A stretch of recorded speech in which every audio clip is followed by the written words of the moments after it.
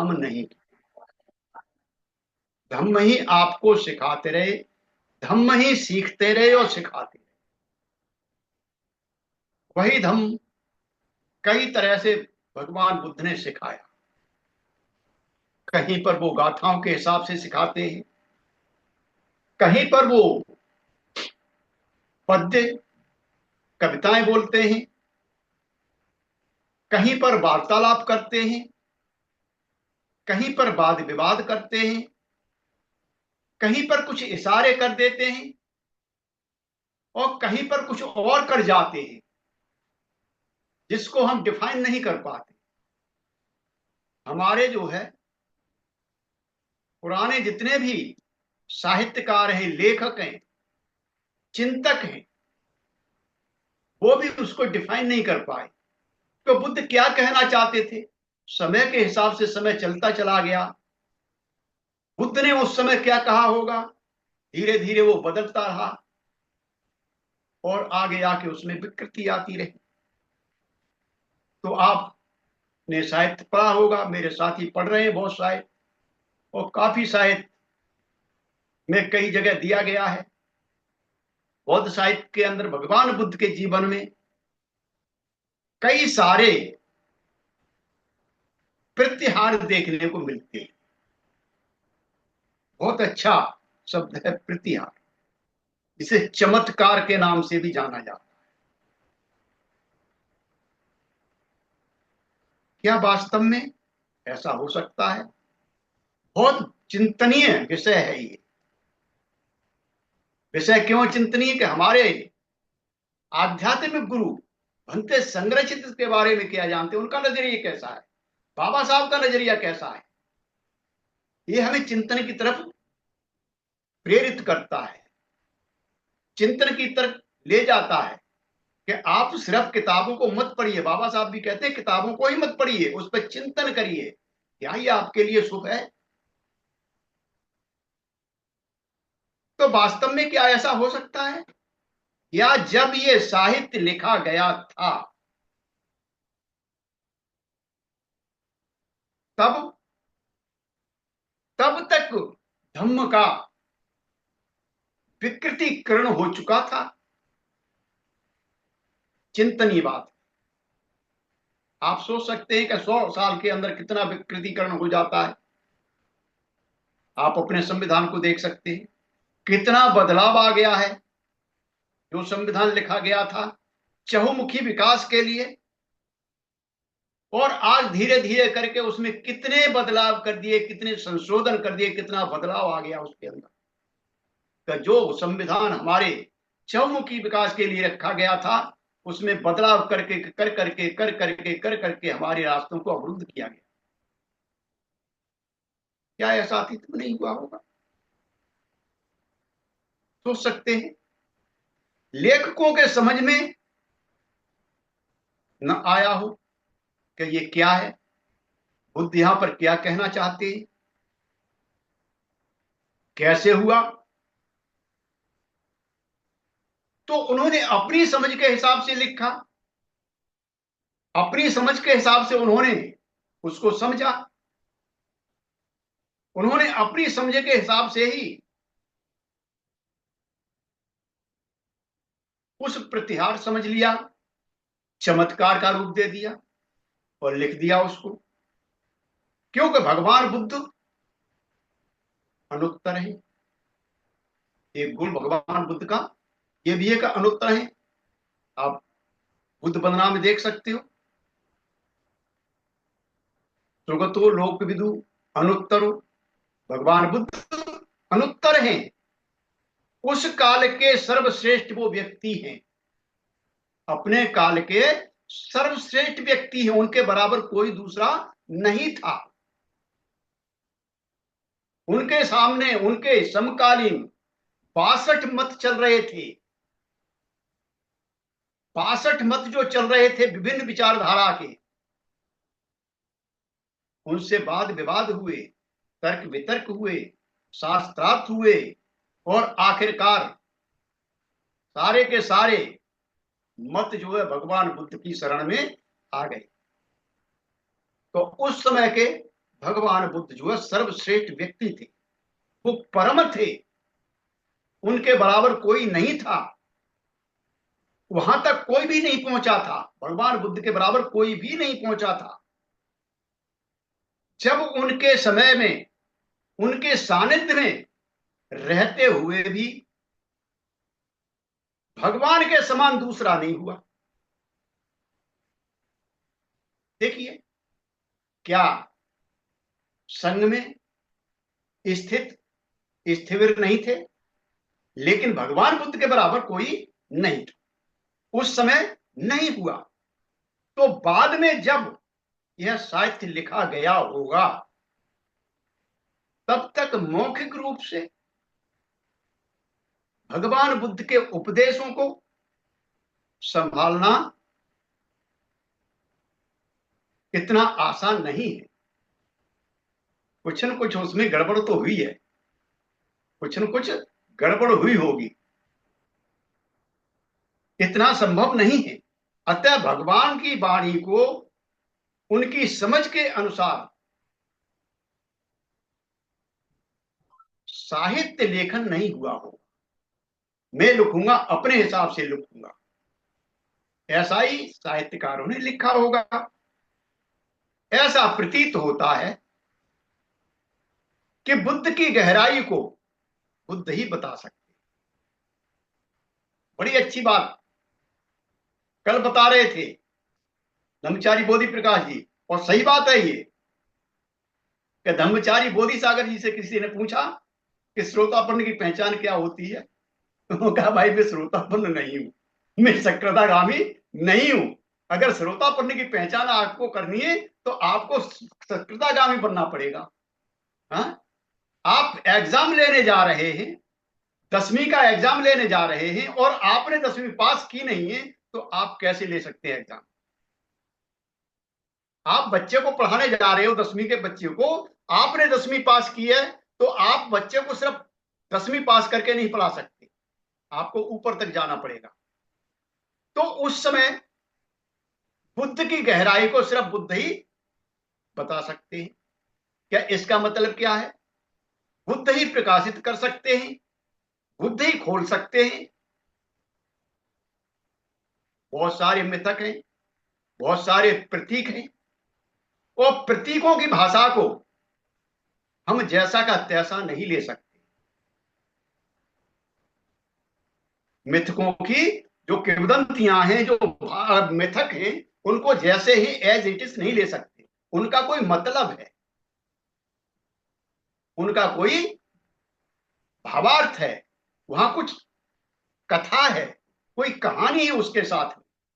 उस कहानी को हमें देखना है, उसमें कोई संदेश है, उसके अंदर कुछ न कुछ संदेश है। कई बार मैं जातक कथा करता हूं तो आपसे कहता हूं कि आप कथा को एज इट इज मत लीजिए, उसमें जो हमारे लिए संदेश है सिर्फ वो संदेश लेना है।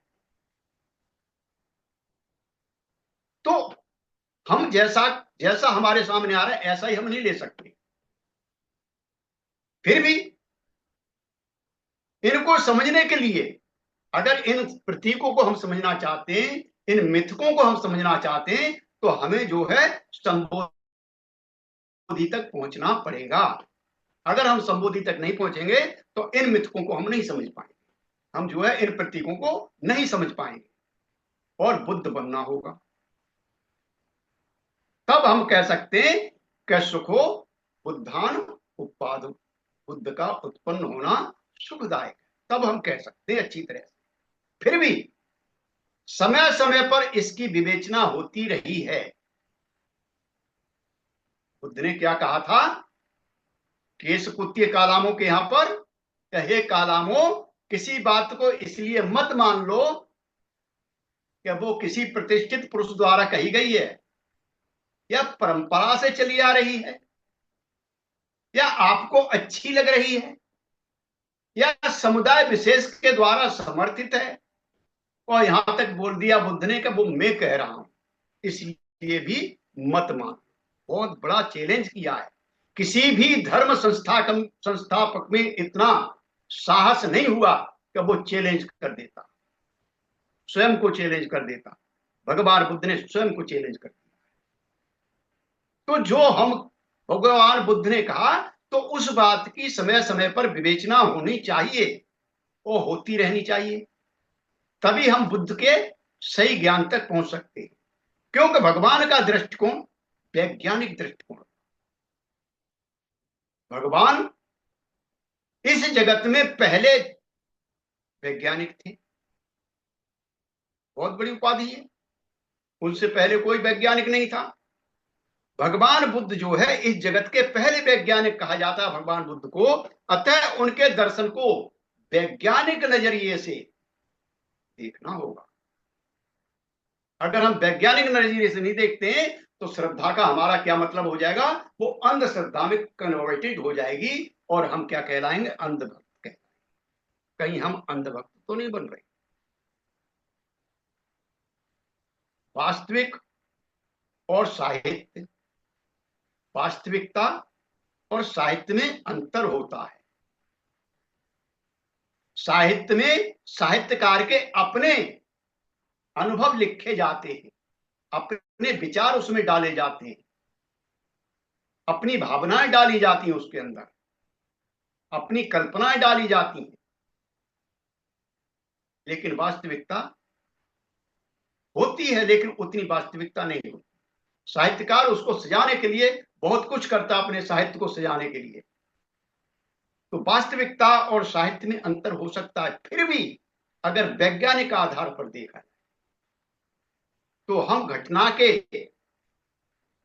अधिक समीप पहुंच सकते हैं। वैज्ञानिक आधार पर अगर हम देखें तो हम जो घटना घट रही है, जो भगवान बुद्ध के बारे में कहा गया है, उन घटनाओं के अधिक समीप पहुंच सकते हैं। और ये शायद मैं नहीं गया था, सांची में हमारा एक शिविर हुआ था, इन्हीं के ऊपर हुआ था, मिथक और प्रतीकों के ऊपर ही हुआ था कि इनका मतलब क्या है। ये संघ बहुत ही अद्भुत संघ है, त्रिरत्न बौद्ध महासंघ बहुत ही अलौकिक संघ है। यहां हर चीज का जवाब मिलेगा। मैं नहीं दे पाऊंगा, मेरे से ऊपर बैठे हुए वो देंगे, उनसे ऊपर बैठे हुए वो देंगे, आपको सॉल्यूशन मिलेगा। दूसरी जगह ये सॉल्यूशन मिलने वाला नहीं। तो हम क्या करें कि जो भगवान बुद्ध के चमत्कार दिए गए हैं, जो हम चमत्कार के नाम से जानते हैं कि ये चमत्कार वो चमत्कार, मैं बताऊंगा आपको क्या क्या है, तो उनको हम किस आधार पर ले, वैज्ञानिक आधार पर अगर हम देखते तो घटना के अधिक नजदीक हम पहुंच सकते। यह देखते समय, इस चीज को देखते समय, इन घटनाओं का अध्ययन करते समय हम भगवान के महान उपदेश, अभी मैंने जो कहा था केशपुत्य सूत्र यानी कालाम सूत्र को आपको अपने ध्यान में रखना होगा। कालाम सूत्र को अपने अंतर मन के अंदर बैठाना होगा, चिंतन मनन करना होगा, उसके ऊपर पूरी तरह से आत्मसात करना होगा। और उसके बाद आप जो है किसी भी उपदेश को देख सकते हो, जो भगवान बुद्ध ने वहां पर अपने को चैलेंज किया है। कालाम सूत्र के सूत्र में अपने अंतर मन में रखना होगा।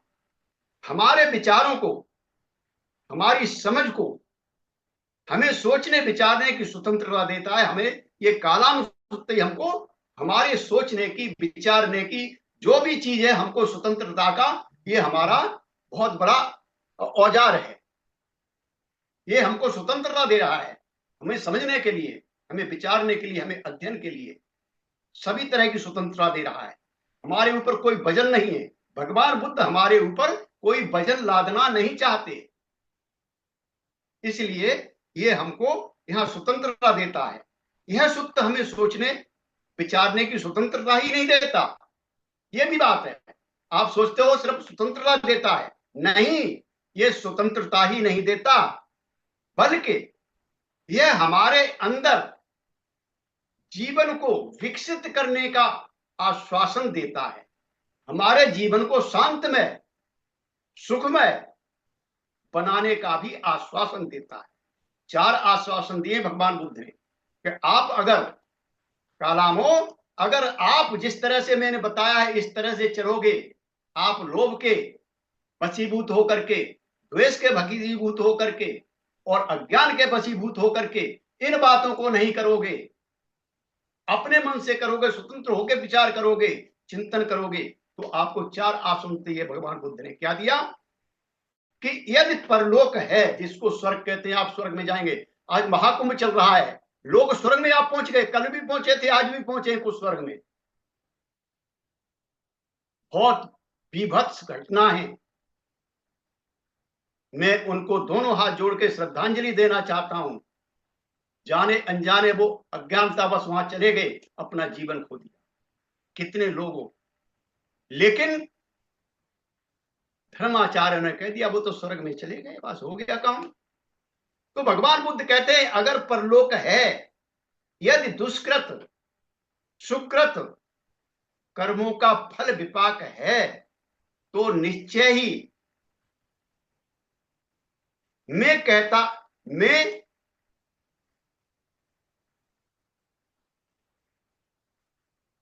निश्चय ही ये काया छोड़ने के बाद, भगवान बुद्ध कह रहे हैं निश्चय ही ये काया छोड़ मरने के बाद सुगति को प्राप्त होऊंगा, यानी मैं स्वर्गलोक में चला जाऊंगा। ये पहला आश्वासन देते हैं भगवान। अगर परलोक है, अगर स्वर्ग है, तो जो कर्म मैं करूंगा भगवान बुद्ध के हिसाब से जो बताए गए हैं, इस तरह से चलूंगा तो मैं स्वर्गलोक में पहुंच जाऊंगा। यदि परलोक नहीं है, यदि सुकृत और दुष्कृत का कोई कर्म या विपाक नहीं है, तो इस जन्म में इस वक्त में अवैर अव्यापन्न हो स्वयं को सुखपूर्वक रखता हूं। मैं शांत रहूंगा, मैं सुखी रहूंगा, मैं आनंदित रहूंगा, क्योंकि मैं कोई पाप कर्म नहीं कर रहा हूं। जब पाप कर्म नहीं कर रहा हूं तो मैं सुखपूर्वक अपना जीवन व्यतीत कर सकता हूं। ये दूसरा आश्वासन दे रहे हैं भगवान बुद्ध, निश्चिंत होकर दे रहे हैं। तीसरा आश्वासन क्या दे रहे हैं? यदि कर्म करते पाप किया जाए, कर्म हम कर रहे हैं और पाप हो जाए, तो मैं किसी का बुरा नहीं चाहता। मैं भगवान बुद्ध का उपासक हूं, मैं भगवान बुद्ध का श्रावक हूं, और मैं किसी का बुरा नहीं चाहता। जब मैं बिना किए हुए पाप कर्म मुझे क्यों दुख पहुंचाएगा? जब मैं किसी का बुरा चाहता ही नहीं हूं, जब मैं किसी का ऐसा कर्म करूंगा ही नहीं जिससे किसी का बुरा हो, तो पाप कर्म भाई मेरे को क्यों दुख पहुंचाएगा? नहीं पहुंचाएगा। ये तीसरा आश्वासन दे रहे हैं भगवान बुद्ध।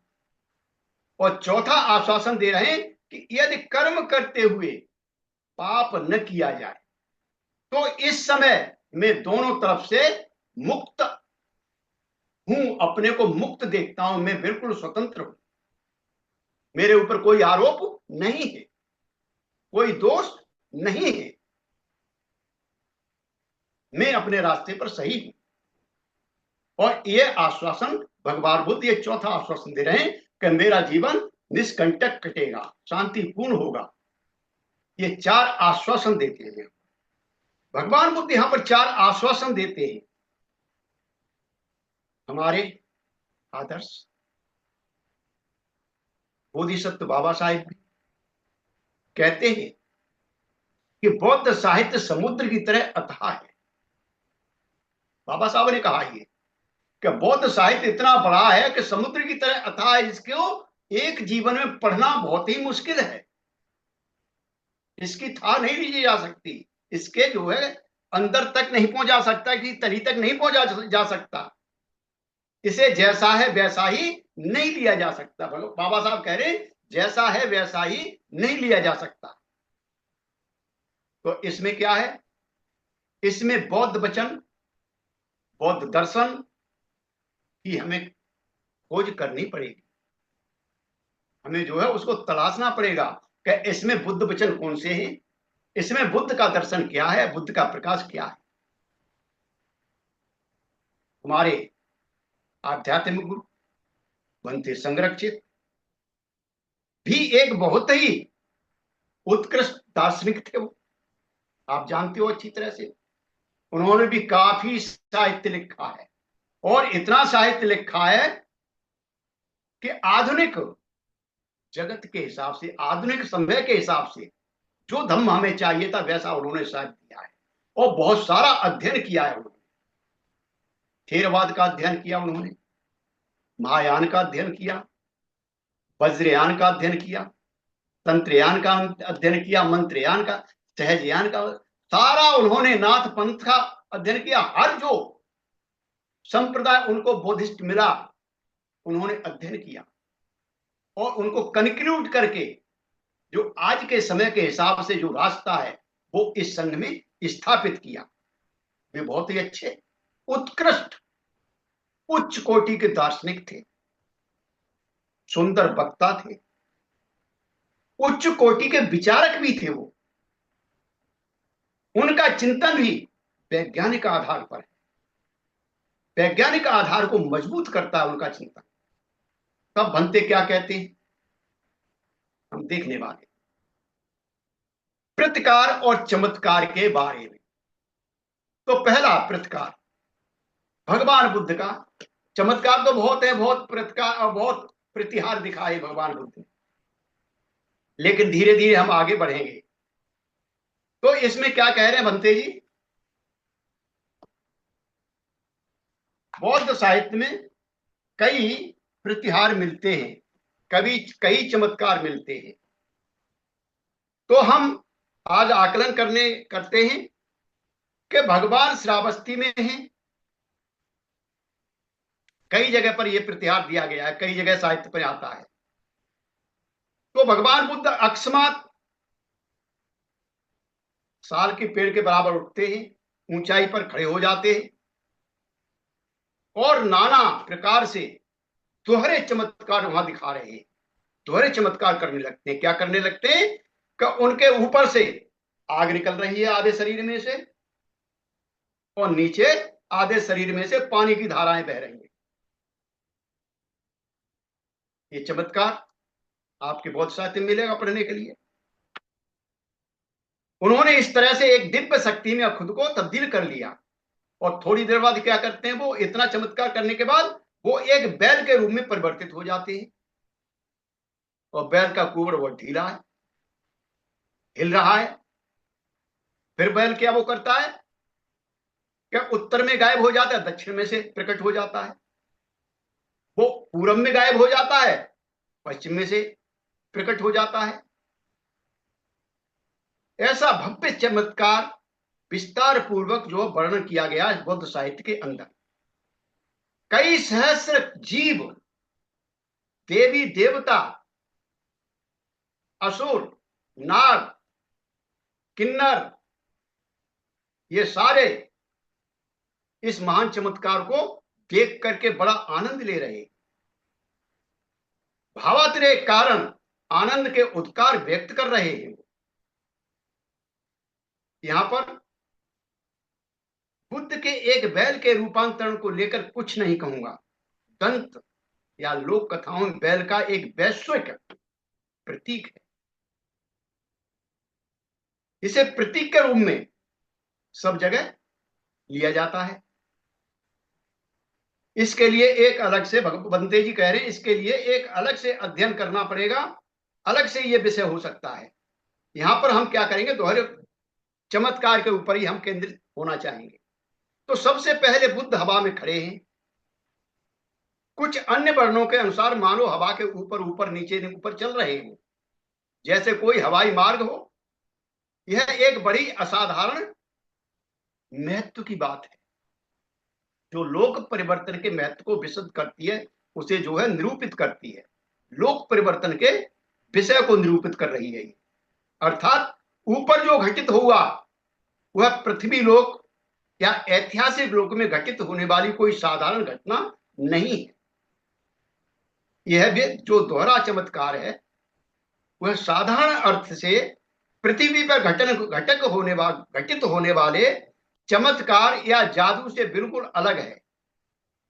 आपने देखा होगा बचपन में जादूगर आते थे गांव में और रस्सियों करके फेंक देते थे, उसका चेला चढ़ जाता था रस्सी के ऊपर और फिर जो है खुद जादूगर भी चढ़ जाता था ऊपर से, फिर उस चेले को काट काट के डालता था, पर नीचे आके फिर उसको जोड़ता था। तो ये जो है ऐसा नहीं है। बौद्ध साहित्य में इनका कुछ न कुछ मतलब है। जिस प्रकार से भगवान बुद्ध को किस पे दिखाया जाता है, कमल के ऊपर, लेकिन भगवान बुद्ध को जब से बुद्ध हुए हैं वो, और जितने भी साहित्यकार आए, जो भी इसको साहित्य को रचना चाहते हैं, वो बुद्ध का संपर्क पृथ्वी से नहीं रखना चाहते। अब पृथ्वी से नहीं रखना चाहेंगे तो हवा में बुद्ध कैसे लटके रहेंगे? तो उन्होंने सोचा कि इसके बीच में कमल को दे दिया जाए। तो उन्होंने हर जगह आपको, बुद्ध खड़े तो कमल के ऊपर खड़े, बुद्ध बैठे तो कमल के ऊपर बैठे, लेटे तो कमल के ऊपर लेटे। वो जो हर जगह उन्होंने कमल दिखा दिया। मतलब ये है कि उसको जो है, बुद्ध को वो पृथ्वी पर नहीं दिखाना चाहते। तो यदि बुद्ध के किसी भी चित्र को कमल पुष्प पर बैठी मुद्रा में दिखाया जाता है, अर्थात कमल पुष्प इस भौतिक विश्व में अलग दिखाने का प्रतीक है। भगवान बुद्ध को अलग दिखाया जा रहा है। यह दोहरे चमत्कार में, शिल्प में जब बुद्ध को उकेरना का प्रयास किया जाता है, अर्थात उन्हें हवा में दिखाना संभव नहीं है। भगवान बुद्ध को हवा में दिखाना संभव नहीं तो क्वेश्चन बहुत हो जाएंगे उसमें पैदा। इसलिए उनको क्या है कि कमल पुष्प के ऊपर उनको बैठा हुआ दिखाया जाता है। बुद्ध हवा में खड़े होकर एक साथ अग्नि और पानी का निकालना, अर्थात वे शरीर के ऊपरी आधे भाग से अग्नि और नीचे के आधे भाग से पानी निकाल रहे थे। अगर इसे हम शाब्दिक अर्थ में लें या ऐतिहासिक दृष्टि से देखें तो यह कोई हाथ की सफाई या जादू का खेल से ज्यादा कुछ भी नहीं। अगर हम इन दो दृष्टि से देखते हैं, ऐतिहासिक दृष्टि से या शाब्दिक दृष्टि से, तो ये एक जादू का खेल है, इससे ज्यादा कुछ भी नहीं है। लेकिन बुद्ध की नजर से देखा जाए, बौद्धिक नजर से देखा जाए, वैज्ञानिक नजर से देखा जाए, अस्तित्व के जिस उच्चतर लोक में अब वे खड़े हैं भगवान बुद्ध, अनुत्तर हैं, उनका कोई उत्तर नहीं है। अब यहां पर वो जिस लोक में खड़े हैं, उच्चतर लोक के अंदर खड़े हुए हैं, वहां पर अग्नि और पानी वैश्विक प्रतीक है, जिसे आप विश्व के सभी भागों में आप देख सकते हो, सभी वंशों में देख सकते हो, सभी समुदायों में देख सकते हो, सभी धर्मों में देख सकते हो और सभी सभ्यताओं में देख सकते हो। बगैर पानी और अग्नि के कोई सभ्यता नहीं डेवलप हो सकती। क्यों नहीं हो सकती? कि अग्नि क्या है? चैतन्य का रूप है। अग्नि जो है चेतना का रूप है या आध्यात्मिक तत्व है ये। और पानी हमेशा भौतिक तत्व रहता है, भौतिक तत्व को दर्शाता है। अग्नि हमेशा आकाशीय पिंड है, सकारात्मक है और इसका गुण जो है पुरुष प्रधान है। और पानी क्या है? पानी हमेशा पार्थिव है, नकारात्मक है, अग्नि को बुझा देता है, चैतन्य को खत्म कर देता है। और इसका गुण क्या है? स्त्री गुण से ये जो है प्रदर्शित की जाती है। यानी पुरुष और स्त्री, आपका डेवलपमेंट तभी होगा, आपका विकास तभी होगा, आप तभी बन सकते हैं। अगर दोनों नहीं होंगे तो नहीं बन सकते। उसी प्रकार अग्नि बौद्धिकता का प्रतीक है, पानी भावनिकता का प्रतीक है, भावना का प्रतीक है। इसके अलावा अग्नि चैतन्य अवस्था है, चेतना है इसके अंदर, और पानी मूर्छा को प्रदर्शित करता है। दूसरे शब्दों में अग्नि और पानी संपूर्ण वैश्विक ध्रुवीकरण या परस्पर विरोधात्मक अवस्थाओं को प्रदर्शित करते हैं। ये दोनों विरोधी हैं। अग्नि का विरोधी पानी है, पानी का विरोधी अग्नि है। जहां पानी होगा वहां अग्नि नहीं होगी, जहां अग्नि होगी वहां पानी नहीं होगा, दोनों विरोधी है। लेकिन ये वैश्विक ध्रुवीकरण है। यहां पर चीनी परंपरा में इसे यंग यांग के नाम से जाना जाता है, उसे दर्शाती है। बुद्ध का एक साथ अग्नि और पानी निकालना, अर्थात इन दो महान विरोधी युगमों का पारस्परिक जोड़ है। तो हमें भी अपने अंदर जो चल रहा है उस जोड़ को समझना होगा। हमारे अंदर क्या चल रहा है? दो विरोधी भावना चलती रहती, सकारात्मक और नकारात्मक, सकारात्मक और नकारात्मक, करूं या ना करूं, करूं या ना करूं, असमंजस की स्थिति में हम बने रहते। हम जो है असमंजस की स्थिति में बने रहते हैं। देखिए किस तरह से भंते जी कहां से कहां लेके आ रहे हैं।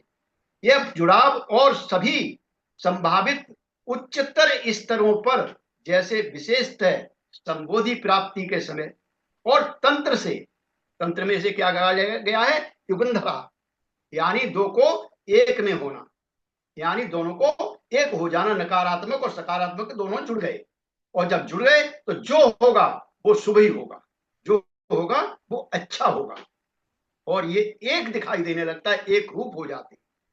ये परस्पर विरोधी ध्रुवों का जो यहाँ एकीकरण है, ये संयोजन दर्शाता है कि पश्चिम में जो रासायनिक परंपरा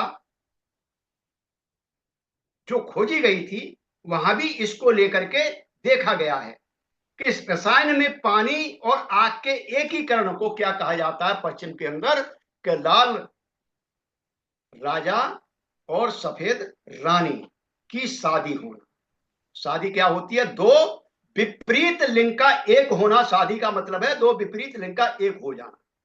अगर एक नहीं है तो फिर शादी नहीं है। वो कहां तक ले गए बनते जी, देखिए उठा के लाए और कहां ले आए यहाँ।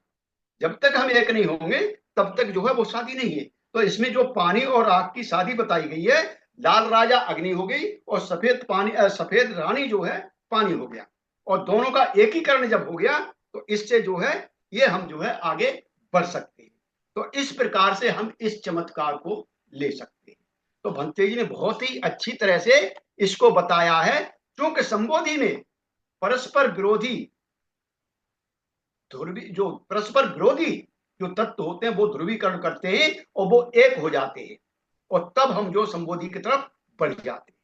तो ये जो है सर्वोच्च एकीकरण और संयोजन यह बताता है।